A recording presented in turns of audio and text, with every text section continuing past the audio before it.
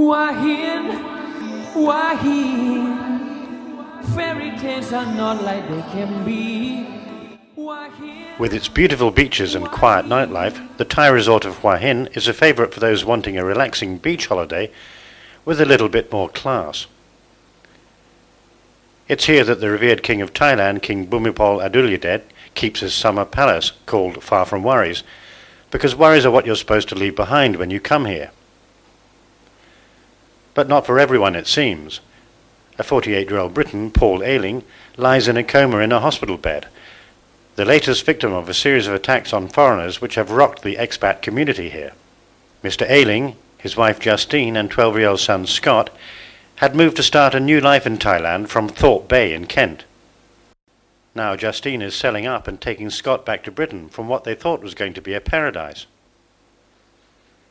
Justine was riding pillion on a motorbike along this road when she said two men came out of the bushes, one of whom attacked, crushing her husband's skull with a wooden stave. The one that had come out first just walked behind the bike and just walked across the road. The one that was further down, he came out, and as we drove up past him, I just remember Paul's head going back like this and hearing a loud noise. I remember getting up and he was laying on the floor, covered in blood.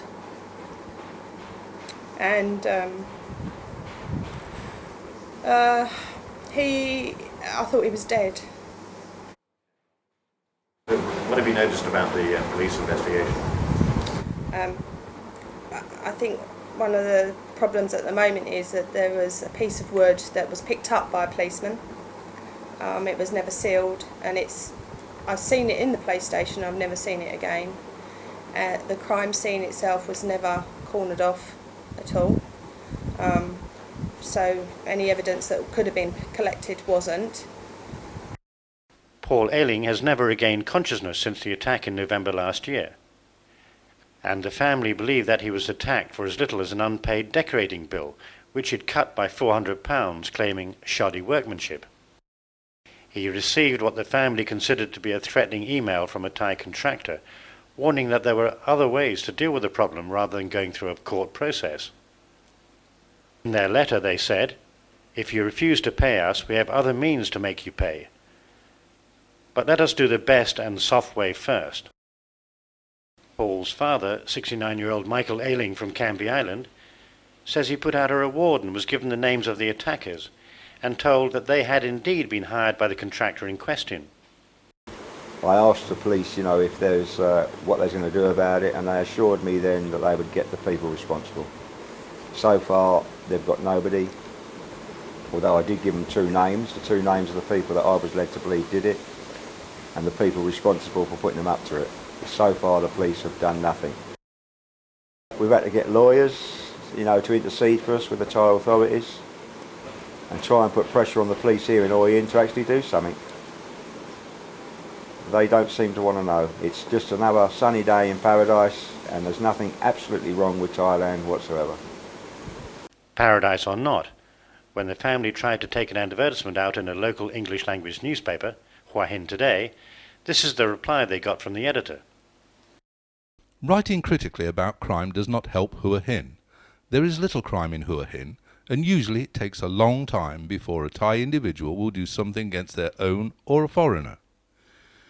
A former local foreign newspaper was closed because they criticised developers and the Thai police. In addition, an editor of a newspaper in Phuket was shot to death because he criticised publicly certain things he did not agree with. I hope you understand our situation. Actually, statistically, the recorded murder rate in Thailand is 4 times that of the UK, and it's often over business or money. Recently, Raymond Hind, a garage proprietor from Cheshunt, was stabbed and beaten to death in his Hua Hin home. Police announced they'd found the culprits, Hind's Thai wife, pictured here, and her brother, but neither was ever charged. Nor have police apprehended the attackers of this Briton, Keith Burbage, a former director of Britain's denationalised stationery office, who said he was being cheated by a housing developer. 67-year-old former US Marine Donald Whiting is paralyzed from the neck down, shot 4 times after also being involved in a dispute with a developer. The hitman pictured here in the white shirt has confessed and given testimony in court, naming the woman who hired him. But the woman, Jan Penn Oxley, who's been charged with conspiracy to murder, has yet to see the inside of her prison cell. And together with her British husband Darren, holds lavish parties attended by police and city officials in their Hua Hin mansion. Her husband Darren fled Britain 11 years ago while on trial in Sheffield on drugs charges. He was described in court as violent and a man you do not mess with. Police in Bangkok have now intervened and asked Hua Hin police to get on with their investigation. But with no scenes of crime evidence and a weapon contaminated by public handling, the family may not get justice. Andrew Drummond, Hua Hin on the Gulf of Thailand. Hua Hin, Hua Hin. Fairy tales are not like they can be.